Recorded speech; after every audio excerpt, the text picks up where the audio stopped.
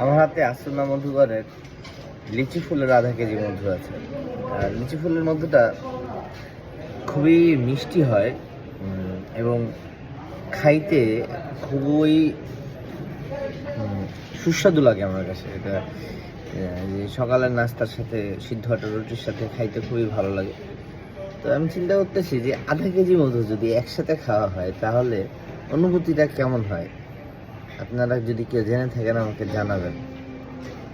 তবে আমি মোটামুটি সিদ্ধান্ত নিতেছি যে হয়তো বা কালকে সকালবেলা ঘুম থেকে উঠে আমি আধা কেজির মধু খেয়ে দেখবো।